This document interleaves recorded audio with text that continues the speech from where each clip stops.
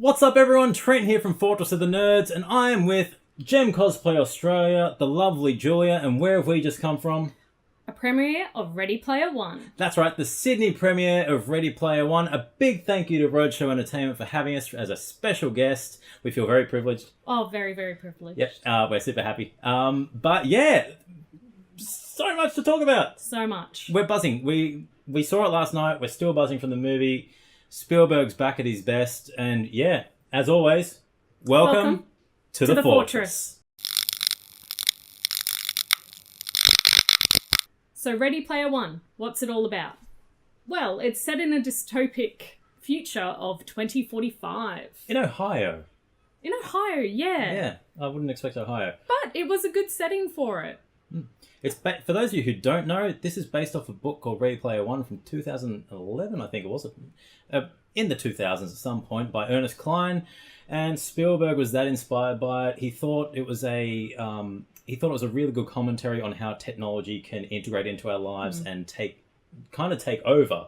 It was a good social commentary on how technology can help but hinder us at the same time, and we get to see this giant game board of virtual reality called the Oasis, where people go to escape from their kind of mundane and somewhat oppressed lives, I would say. Yeah, so this world is created by James Halliday, which is, you'll hear the name come up all through the movie, and it's all the little Easter eggs, hint hint. And he made this as a game, but also as an escape for himself. So he just allowed everyone to join in. Join in, yeah. So we meet our main protagonist. Yeah, in the form of Tye Sheridan. Yes, who did a really wonderful job. Yeah, and the fun thing about this is I'm going out and saying this is the best video game movie ever made. Even though it's not based on a video game, it is actually a video game movie. Pretty much the entire movie is set inside this virtual reality world. Yes. And the actual way it's shot, the special effects and the CGI, you've got films like Avatar that are meant to be hyper realistic in terms of CGI.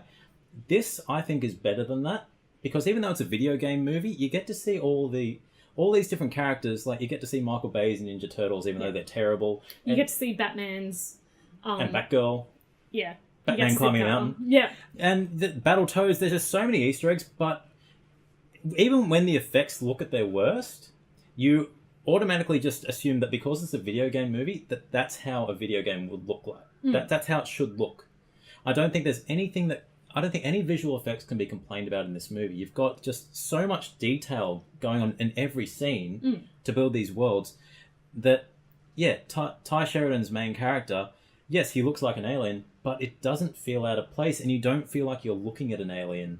Well, that was character. One of the best things about the CGI of this, is that with the characters, so Ty's character Wade, they sat there with those green dots and markers all over their faces so they could get the facial expressions right. And I think what makes really good CGI is those micro expressions. Yeah, so there was a lot of them. There was a lot of it, and you actually... I formed connections with the characters because of that, not necessarily because of the storyline, because it is a teen book, so you get teen problems and themes. So, yeah, no spoilers. You're just going to have to watch it. But as soon as it happens, you'll know what I'm talking about. But see, I not having read the book, I had no idea what was going on. Oh, same here. It was thoroughly enjoyable, and now I actually want to go back and read the book to see what Spielberg twist he put onto it. Well, yeah, there was a live Q&A after the movie, and he said that that was amazing. That was amazing. And he said that there were elements of the book that couldn't be adapted into the movie. Yeah.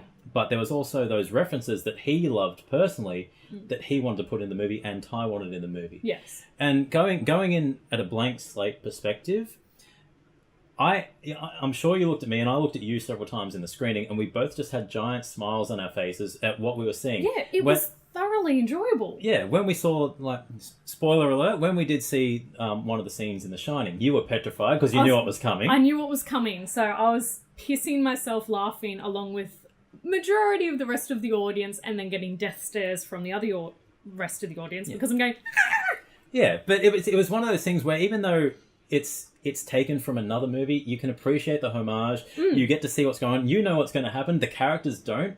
And because they're tweens and teens, it's just fun seeing how this reality mingled with pop culture references. Yes. And it's not like the references were forced upon anyone. Like, No. it's not like you were going into the movie saying, I'm going to spot this. Everything was subtle. People who knew about a certain video game franchise or pop culture franchise would be like, yep, that's awesome. There's Tracer from Overwatch. There's Harley and Joker. All Warner Brothers properties, mind you. Well, copyright Infringement. But there were Star Wars references. I just wish I saw the Millennium Falcon in there at some point. But Disney owns everything. Disney. And I just really liked how they didn't... Whilst there was so much attention to detail and building this extravagant oasis, that nothing felt out of place, nothing felt forced. There were awesome moments where some big name characters came into it, and you were just like, yes, this is awesome. But then it pulled back. You got the human element within it, and it was very character driven, and didn't focus on the Easter eggs, which a lot of people thought it was going to focus on the Easter eggs beforehand. Well, going into this, I expected this basically to be a look at this reference, oh my god, this 80s reference, look at this. But it was a lot more subtle to that, and the references that they did go, look at this, were crucial to the storyline. Yeah, they definitely were. But this for me, this is one of Spielberg's best movies in recent memory. Definitely. I had a sense of whimsy and wonder that you got with E.T. and even Jurassic Park. He took elements from his own movies and put them in. Yeah. And you just felt all this... You felt really good inside watching it. And he's just so good at characterization and building worlds that I was fully... From the very, very, very get-go, which is very difficult for me to do with movies, I was immersed in this world straight away. Yes, definitely. It built up with the brief introduction of the character, then boom, you're straight into the plot. And whilst it may have gone for that little bit too long, there were times when I thought, okay, it's going to end now. Oh no, it's still going. It's going to end now. Nope, still going. I struggle to think of anything I didn't like about this movie at all. I agree. It's by far one of Spielberg's best. Are we going to say best movie of the year?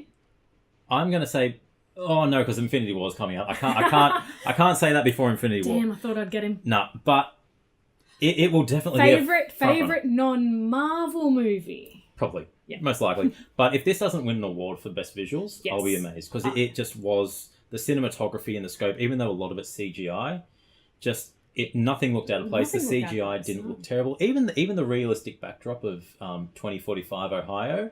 That didn't seem too unrealistic. No.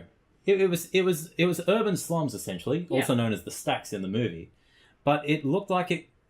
I struggled to tell whether it was actually practically built or whether it was CGI. It just looked like overpopulation, but I agree. How the stacks were done, you're kind of sitting there going, is that CGI or have they put caravans on top of caravans on top of caravans? Yeah, it was just so well built. And it was just amazing. And it was the same with the bad guy. I think it's James Mendelsohn.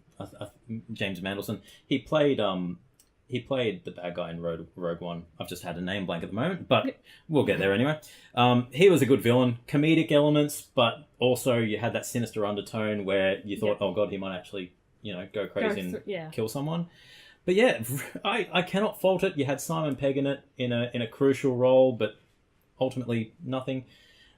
I have no issue with this movie at all. It was, from start to finish, I was immersed in it, which I have not been immersed in a movie for that long, in a long, long time.